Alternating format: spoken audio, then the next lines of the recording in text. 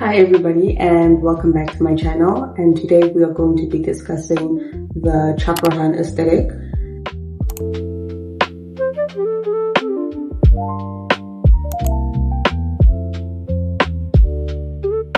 This aesthetic was popularized within the 2020s. It's very Southern African and also almost exclusively a Gen Z aesthetic. It was most popular amongst autistic people, spiritual people, and like younger traditional healers, I guess. I'm a Chakra Hun. Of course I'm obsessed with crystals. I'm a Chakra Hun. Of course people think I do witchcraft. Gosh. I'm a Chakra Hun, so of course I do tarot.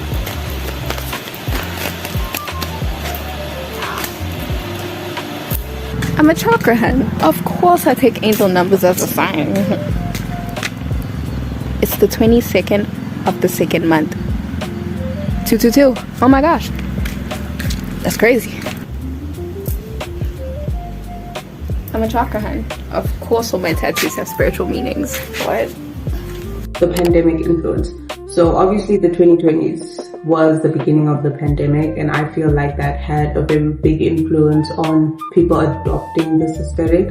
A lot of people had like a lot of free time to deconstruct their belief systems, and this was mostly people who were not fully content within the belief system that they were raised in. Many earthy black girls are unkindly called the term Chakra Hun in South Africa. And the term Chakra Hun is not only disrespectful, but it also diminishes the spiritual value and depth of the aesthetic. For many, the earthy black girl look is a way of resisting colonial norms.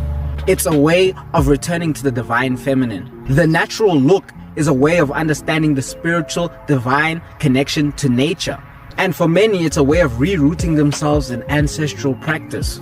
And I feel like Gen Z specifically was mostly affected by this because we are more tolerant to breaking social norms as long as it doesn't harm other people. And I feel like it took root very heavily within South Africa because we are very generally a tolerant country when it comes to other people practicing their spiritual beliefs.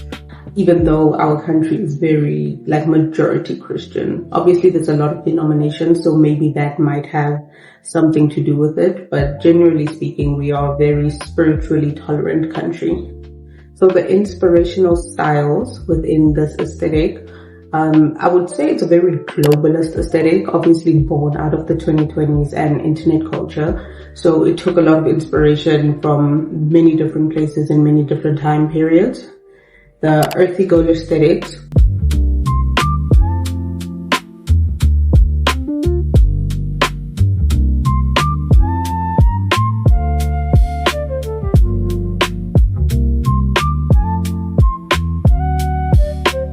took influence from Romani fashion culture, or Romani culture in general.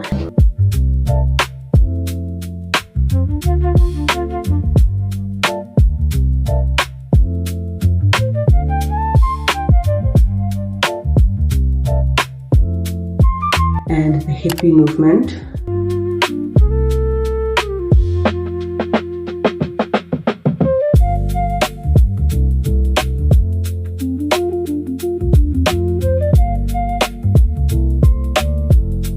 The witchy aesthetic.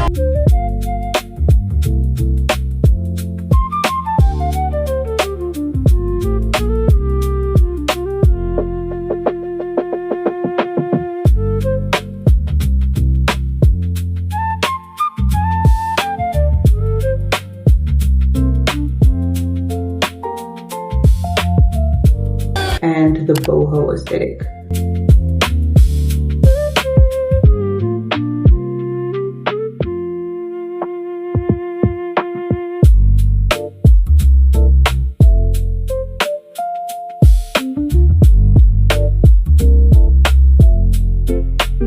And the fashion staples that you find within this aesthetic are long skirts, short tops, earthy tones like greens, browns, yellows, and oranges, loose materials, makeshift pieces, head wraps, and lots of jewelry. Again, I'm not wearing jewelry today. Jewelry such as hoops, bangles, unconventional piercings, and armbands. And what I specifically love about this aesthetic is that it is very overtly feminine without feeling patriarchal. And what I also love about it is that it is very size inclusive, and not in the type of way that's like, oh, you can wear that. We will make clothing within that size, but it's not really for you. It's almost as if it's like, this was made for you. Almost as if the bigger you are, the better the clothing or the aesthetic looks on you. And what I also love about this aesthetic is that it is somewhat political. I'm just here for the clothes, not the politics. Sure, let's style a cute little hippie outfit, which she seemed to love so much, of course staying completely apolitical.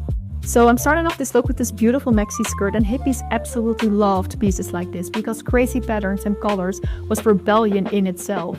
Post-war America and post-war Western world in the 1950s was all about conformity. Women wearing modest dresses, men wearing suits, and as a way to reject that entire world, hippies wore crazy colors and patterns like this. Now I'm going to add this beautiful blouse, which I got from a local Moroccan shop. And the reason why non-Western styles were such a big part of hippie fashion was because the counterculture of the 60s really looked for alternatives of the West, because they were so over the Western consumerism, militarism, and capitalism that they looked for different ways of life and also spirituality, but also clothes. And they took a lot of inspiration from North African countries, Afghanistan, India, also Romani cultures. But also this was, once again, a rejection of the West, especially what was happening in Vietnam. It was a rejection of whatever the United States was doing. But I also must say that there is a fine line between cultural appreciation and appropriation. And a lot of white hippies fell into the trap of stealing the cultures and never crediting where it came from. Now I'm adding these beautiful 60s vintage boots, and vintage was very important for the hippies. Wearing second-hand items was a way to refuse the mass-produced corporate trends and the idea of capitalism that you can buy your identity. This way you were not participating in a system that was exploiting the earth, its people, and its animals. I made this scarf myself, and handmade stuff was very important for hippies. Probably the most radical part about hippie fashion, because industrial capitalism separates us from making things ourselves. Hippies really brought back old folk traditions of making things ourselves, like embroidery, patchwork, crochet, as a way of reclaiming labor, community, and slowness. Of course, this look wouldn't be complete without the iconic Afghan coat. I would also refer from saying penny lane coat and say Afghan coat, because that's where it came from. The hippies absolutely loved Afghanistan. And unfortunately, this is not a true vintage coat. This is a new one from the Hippie Shake, which is kind of ironic for this video also, because what happened in the 70s is that hippie fashion became mainstream, got mass-produced, got capitalized off of, which is so ironic because the style was all about rejecting capitalism, making things yourself, wearing handmade, and suddenly now all these big expensive brands were mass-producing it, which is what always happens under capitalism. Hippie fashion is anything but apolitical. It came forth out of the civil rights movement, anti-war movement, feminist movement, queer liberation. All of this stuff, it is not apolitical, and the whole reason why I love this style so much, yes, I think it's visually beautiful, but I love it mostly because it comes forth out of these values that I share, these values of love and fighting for liberation and for justice. So sure, I can imagine that there's people who like the style and not really into the politics. I cannot deny that, but you can't complain when a hippie, someone who dresses like a hippie, also really actively speaks about it because it's part of the style. I don't just dress like a hippie, I am a hippie. And also, it is completely possible to be a hippie and not dress like me, because being a hippie is not about the way you dress, it's about your values and your beliefs and the way you look at the world. But then again, there's also many people who dress boho chic or hippie, but are absolutely not hippie. They might call themselves hippie, but if you're conservative and you vote for Trump, there's no way in this universe that you are qualified to call yourself a hippie. It represents a type of individuality that isn't alienating or isolating, and it tells others that you are a sovereign type of person.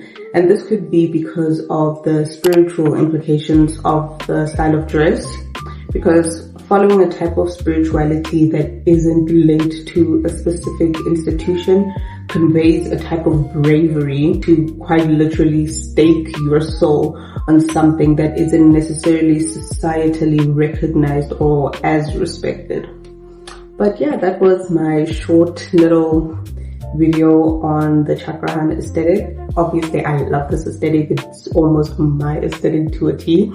But let me know what you think, whether or not it's something that you like to wear. And yeah.